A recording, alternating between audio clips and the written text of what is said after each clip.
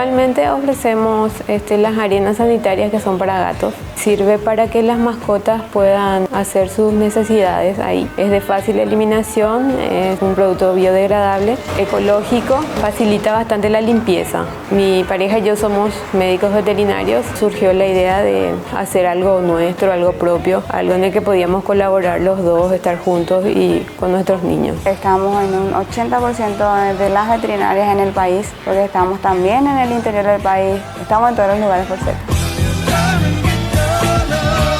Nos enteramos de la ayuda que había a través del crédito para emprendedoras. Pudimos comenzar esto, arrancar esto, abrir una cuenta en el banco y seguir creciendo como empresa. Ahora solo estamos con la línea gatos, pero queremos crecer también en la línea perros. Expandirnos más, tener más alcance, llegar a más personas que quieran adquirir nuestros productos.